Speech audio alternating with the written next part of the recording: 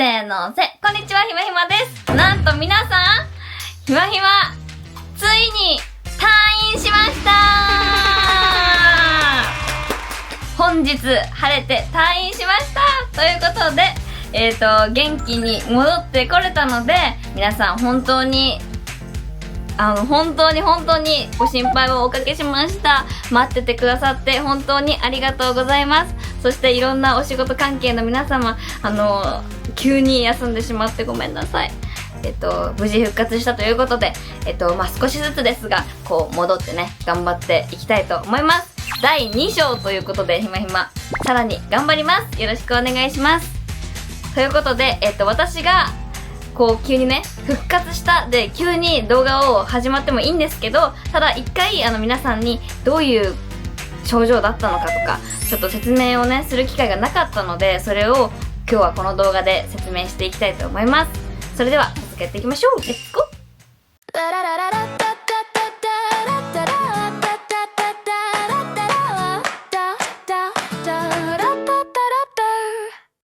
はい。ドゥルルルトゥントゥントゥントゥンって今流れましたよね。はい。で、ちょっと私一人じゃ説明がつかないので、今日はママとパパもここにいますが。ちょっと今日本当にいっぱい話したいことがありすぎるので、メモを書いてきたんですけど、ちょっとそれをね、見ながら、お話ししていこうと思います。まず、私は結構言葉を選ばずに言うと、本当にもう命が危なくって、本当に死ぬか死なないかみたいな、本当この間際で、本当にギリギリ、運よくと言いますか、病院の、もう皆さんが助けてくださったっていう感じです。あとは、よく先生たちが言ってくださったのは、本人の生きる力があったからだよって言ってくださるんですけど、頑張って生き延びました。はい。で、今はね、笑える状況になったんですけど、でもちょっと、本当にママとパパがね、動画を撮ってくれたじゃないですか。今、ひまがやばい状況ですっていうの。その時、もうママとかもうすごい痩せちゃって、パパも本当に痩せちゃって、もうそれぐらい危機でしたね、完全に。はい。でですね、まず、私、なんでこれになったかというと、私もなんでかはよくわからないんですけど、まず最初に熱が出たんですよ。で、熱が出た動画が上がってると思うんですけど、まず熱が出て、で、下がったり上がったりみたいな感じだったんです。で、全然普通に熱かなって思ってたんですけど、全然インフルエンザとかコロナとかそういうことではなくって、熱が出て、次お腹が痛くなって、で、気持ち悪くなったんですよ。で、あんまり私って体調崩すことが稀にないので、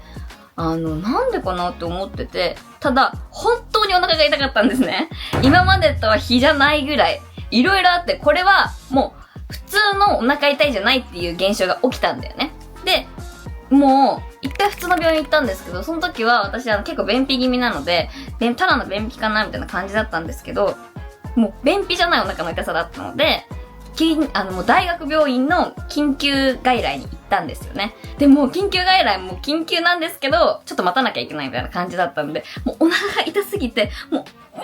みたいな、もう無理みたいな、ほんとこんな感じだったんですよ。もうベンチでね。ベンチで。横たわってたもんね。そう、横たわって、もうママともうほんと死ぬかもしれないみたいな。お腹が痛いって言って。で、緊急外来呼んでいただいて、中入って、で、点滴打ってもらったんですよ。で、その時に検査とかいろいろ採血とかいろいろして、そしたら、もう、これは緊急入院ですって言われたんです。救急で検査してもらったんですよ。そしたら感染性の腸炎っていうことで、なんか感染してたみたいで、それで、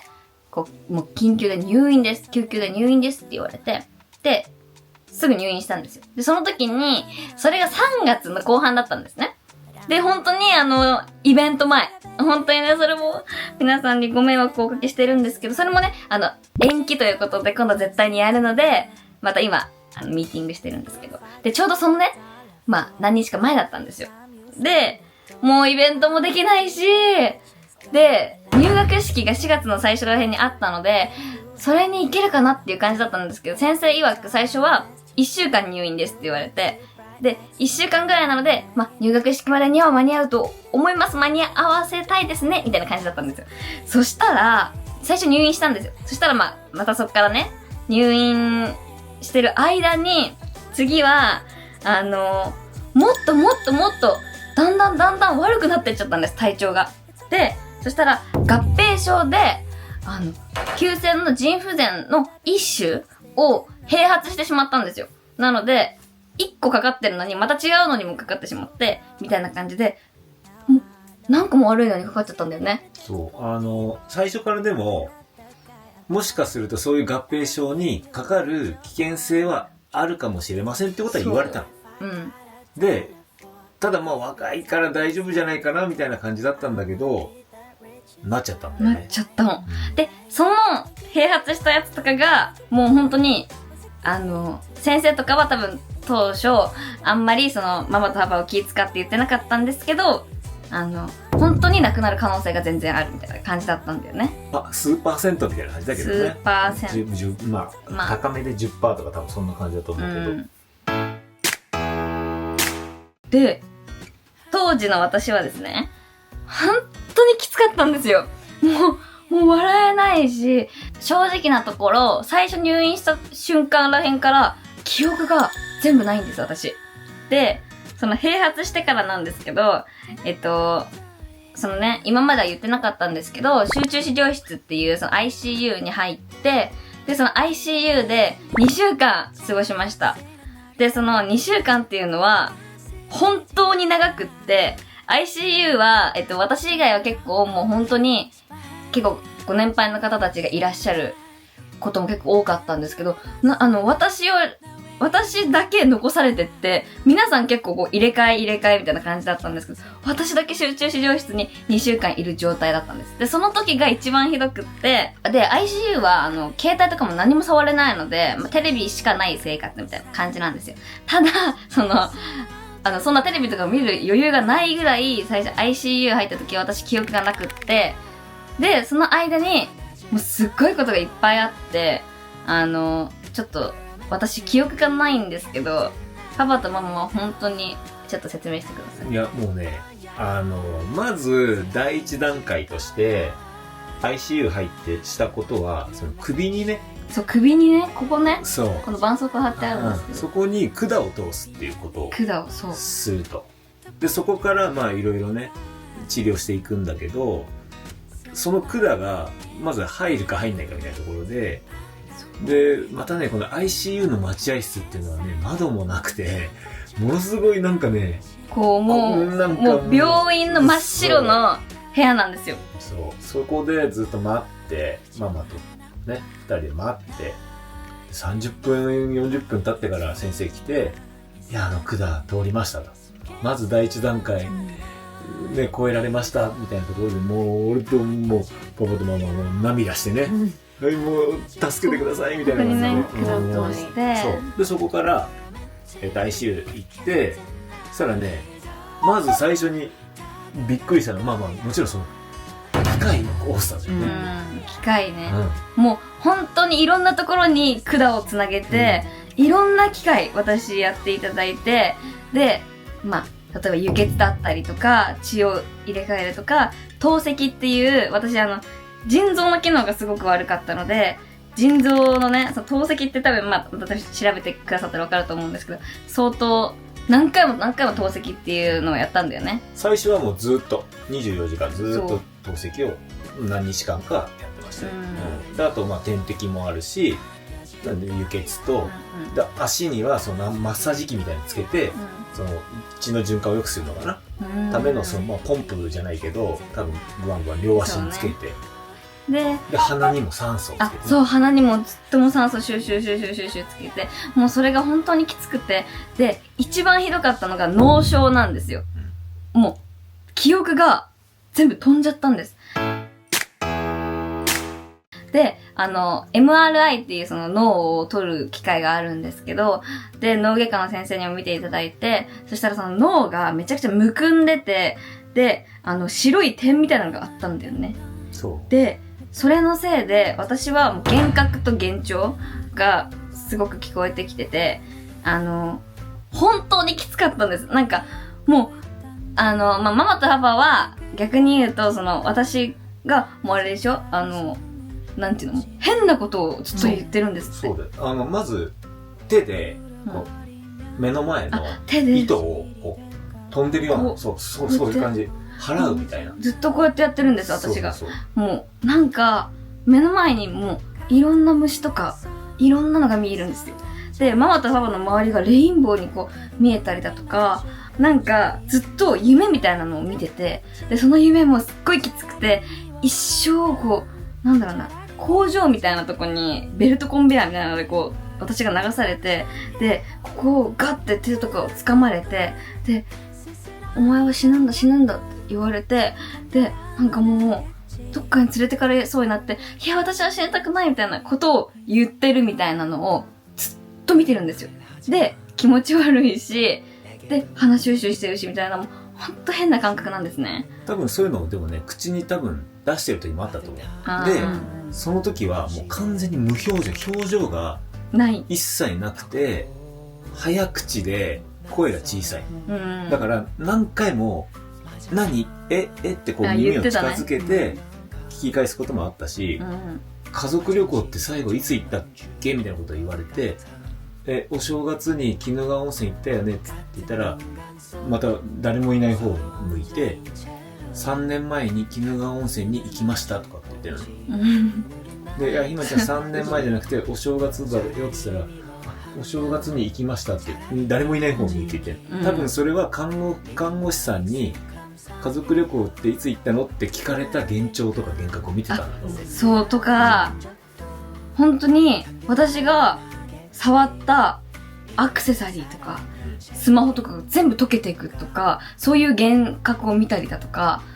もしたし、なんか人生終わりだって思ったんですね、その時にね。だから多分、三途の川ではないですけど、なんかそういうのも見た気がします。そう、だからね、正直、毎日 ICU に、ママと2人でね。そう、毎日面会来てくれて。そう、午後1と夕方に行けるんだけど、1日2回必ず行ってたんだけど、正直ね、その期間ね、もちろん会いたい、顔見に行きたいっていうのもあるんだけど、行くのがね、結構怖かったっていうのもあるの。どんなね、状況かわからないから。とかもあって、なんかもうほんととにかく辛い期間だったんです。2週間。だから、今はもう人生終わりだって思ったし、なんか本当にこれ良くなるのかなっていうのもあったし、あと ICU ってずっとピーピーピーピーとか、もうずっとね、心臓、それこそ見るんですよね。だからこそ、こう、夜中も眠れないからこそ、もうずっとなんか眠剤とか飲んだりとか、なんかもうそういうストレスもあったし、意識が戻ってきたら戻ってきたで、すごくきつかったのを覚えてます。もう真っ白な部屋だし。でも看護師さんたちが毎日のように、ひまりちゃん今日は何月何日だと思うとか、ここはどこだと思うとか、そういうもう、本当になんか、もう私はもう脳がおかしくなってたので、幼稚園児みたいな感じだったんですよ。だからこそもう毎日ね、こう話しかけてくださって、なんかそういうことがもうずっとありました。だからもうなんか、話せもしない状況だったんですよね。言葉が普通に話せないっていう状況で。命だけは、命だけでも、いや、本当そう、本当に繋いでもらいたいと思ったし、何よりそう、本当にね、その後遺症があろうが、どうなるか本当に命だけは助けてくださいっていうのを、とにかくね、お願いしてね。そういう状況でしたね。でもやっぱり何かあると、すぐ先生方が、いろんな科の方が動いてくれて、チームを組んで、なんか目がチカチカするといえば眼科の先生を呼んでくれたり、もちろん脳もそうだし、脳のために脳外科の先生方がいろいろ対応していただいたし、ね、消化器の先生ももちろんやっていただいたし、腎臓の先生たち、腎臓内科と神経内科、はい、もう本当にもう全部が悪かったので、全部の科の方が動いてくださって、で私はむくみで12キロ太ったんですよね。12キロ太ってしまって、もう顔もパンパンだし、今も正直体重は全部戻ったんですけど、まだ腎臓がこう正常値には戻りきってないんですよ。なので正直顔もまだ丸いし、目もむくんでるし、今までの状況ではないんですけど、でもこうやっとここまで戻ってきたっていう状況です。で、あと意識が戻ってこう普通に話せるようになった時に、やっぱいろんなね、こう、看護師の方がこう、ひまちゃん普通に話せるようになってきたね、みたいな感じで毎日言ってくださるんですけど、でも、やっぱり一個、自分的にショックだったのは、座れないし立てないんですよ。歩けない。だから、こう、リハビリもめちゃくちゃ頑張って、最初やっぱりこう2週間寝たきりなので、座れない自分にすごいショックを受けるんですね。こう、自分って座れないのと思って。で、座ったとしても、やっと、もう、ひまちゃんが座ってるみたいな感じなんだよね。で、座ったとしても5分座れてって感じで、で、本当にリハビリの方々もすごいこうミーティングとかをしてくださったみたいで、どうしたらこう座れるようになるのかとか、立てるようになるのかっていうのをこう考えてくださって、で、今も体力はもう全然落ちちゃってるんですけど、でも、こう、座れるようになって、で、車椅子乗れるようになって、で、立てるようになって、歩けるようになるみたいな感じで、ほんとちょっとずつね、今も歩けるようにはなってきました。なんか、車椅子押せるのが幸せだったもんね。そう寝たきりだったから。そう。で、でも、まだちょっと階段とかはまだ登れなくって、だからちょっとずつね、またリハビリはしていかないといけないなっていう感じです。で、あとは本当に毎回こうやってね、これ全部、ピノちゃんが出てきた。血液検査の結果なんですけど、一番、やっぱり悪い時は1日2回とか、何回もやってくださって、でね、僕ら毎日お見舞いというか面会に行くと、必ず先生がこれを見せてくださりながら、説明をしてくれる。そうです。本当にね、全部の機能が悪くなっちゃったので、全部の機能の先生が動いてくださって、毎回、こう、治療をしてくださって、あんまりこう、症例が少ないものだったので、先生方もたくさんこう、ミーティングとか相談とかをしてくださって、もうほんと毎日ね、こう、治療してくださって、もうほんと先生方のおかげで私は今生きてるので、もうほんと生きるか死ぬかみたいなこの間際だった時もずっと支えてくださって本当に感謝しかないです。本当にいろんな先生、科の先生ともう本当にフル体制でやってますって何度もやっぱ言ってくださったし、多分先生休みなんじゃないですかっていう日もわざわざ、やっぱ自分の口で説明したいからって言ってS 先生がね、わざわざ来てくださったりとか、もう T 先生はね、もうなんか顔を見るだけでね、なんかもう救われるっていうかさ、本当に心強くて、で必ず前向きにね、私たちの顔を見て目を見て、後遺症なく戻してあげたい、頑張りましょうって言って、もう1個の数字が悪かったのが上がってきただけで、ちょっと上がっただけでも先生も笑顔で私たちに上がりましたよって言って、も3人で ICU の入る待合室のところで手を叩いて、もう一喜一憂させてもらったことも本当にもう今となればもう本当にありがたい。もうありがたいというかもう感謝しかないですよ。本当に皆様には本当に。本当に多分この1ヶ月はね、本当にもう私の人生の中で一番のこの山場だったというか、本当に一番辛かったし、一番もう大変だった時期だったんですけど、でも本当にこういろんなね先生方も支えてくださって、看護師さんも支えてくださって、こう視聴者さんも皆さん待ってくださって、本当になんか改めて頑張らないとなって思ったので、なんかもう本当体調をねこうもっともっとこう戻しつつ、体力もつけつつ、大学生活もそして YouTube もタレントも全部頑張っていきたいと思います。もうほんと100万人になってからもうすぐもうこんなことになると思わなかったので、ちょっと本当に健康に気をつけて、もう本当に健康に過ごしていきたいと思います。はい。本当にね、私本当にもう